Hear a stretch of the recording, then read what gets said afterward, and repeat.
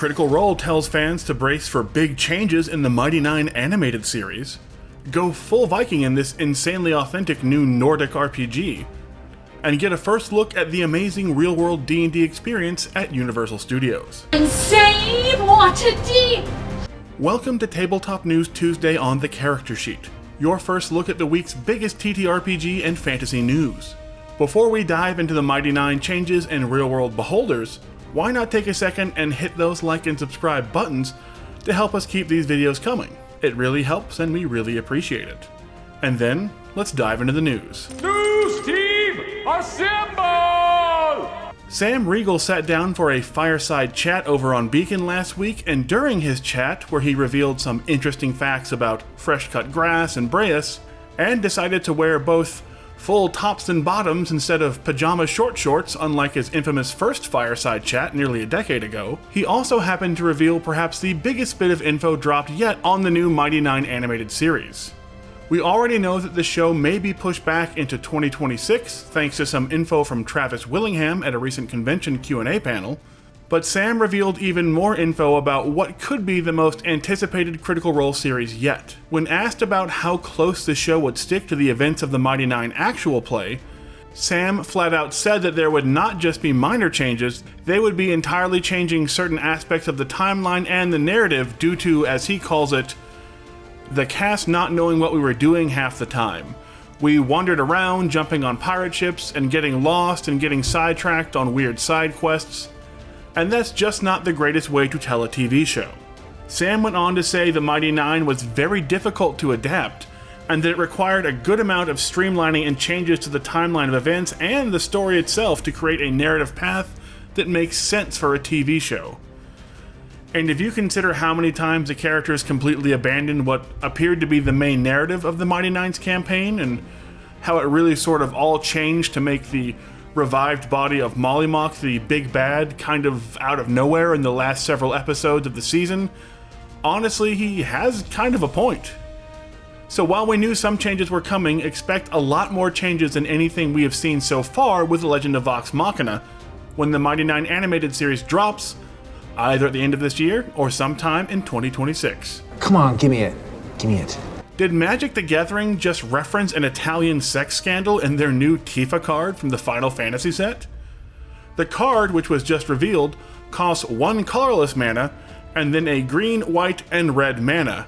And as some fans immediately noticed, those were the colors of the Italian flag. And somewhat famously in 2022, the Italian Parliament made headlines when it accidentally played a 30-second video of Tifa Lockhart doing some very adult things during an official Zoom meeting. While it could all just be a coincidence, it is pretty fun to wonder if some card designer over at Wizards of the Coast decided to have some fun with what will certainly become the best-selling Magic the Gathering set of all time by inserting a little Tifa Easter egg about an embarrassing moment featuring one of the all-time great Final Fantasy characters. In a less scandalous Easter egg, both Cloud and Tifa's cards have abilities referencing the number 7, and their commander deck could include reprints of other cards from the history of Magic that also specifically reference the number 7, so there's at least a more family-friendly Easter egg to balance all those things out.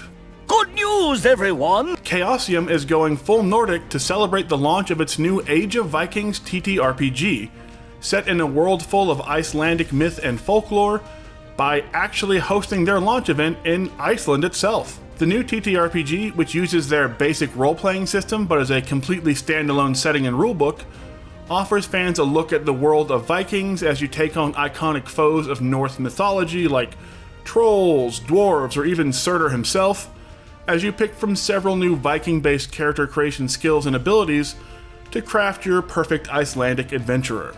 And if you happen to decide to fly out to attend the Age of Vikings launch event in Iceland, you'll be greeted by a signing by the creators of the new TTRPG, get advanced copies of the game before it officially releases, and even get in some demo games with the creative team themselves. So if you have been dying for some brutal, authentic Nordic-inspired adventure on your tabletop games, you can pre-order your copy of Age of Vikings today, or just fly out to the Nexus game store in Reykjavik, Iceland, and attend the official launch party for the TTRPG on Saturday, May 17th. Oh, what a day! What a lovely day!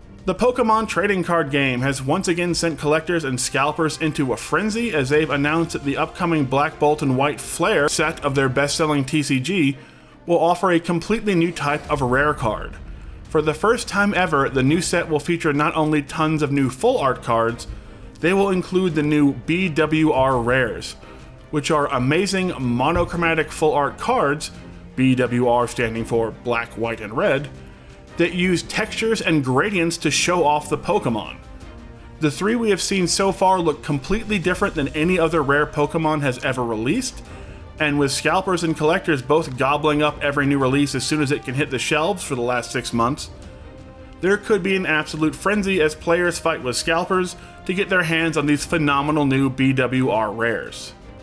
The set comes out this summer in Japan and should arrive on US shores just about 2 months later, so prepare your wallets for the latest must-have Pokémon TCG set. Can't wait! And finally, we have our first look at the new Secrets of Waterdeep exhibit at D&D FanFest nights at Universal Studios Hollywood, and it looks absolutely amazing. Not only does it feature detailed sets that put you right in the heart of Waterdeep, but it also includes our first look at the real-world, full-size version of the infamous beholder Thanasar in all his glory, and it looks absolutely insane in the best way possible. The new FanFest nights, which will be running until May 18th at Universal Studios, also gave us a look at the plot behind the massive new exhibit. Apparently, that rascal Thanasar has aligned himself with a red dragon and stolen the mighty dragon staff in an effort to destroy Waterdeep. And it's up to those attending the exhibit to find the Harper leadership trying to stop his evil plan and uncover a way to steal back the dragon staff before it's too late, and of course, in doing so, save all of Waterdeep. No big deal.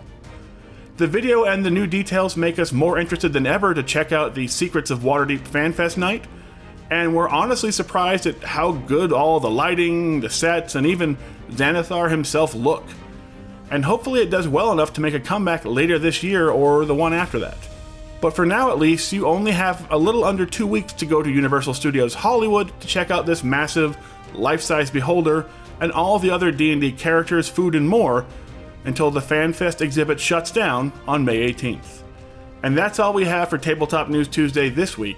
Let us know what your favorite story was down in the comments, and don't forget to hit those like and subscribe buttons.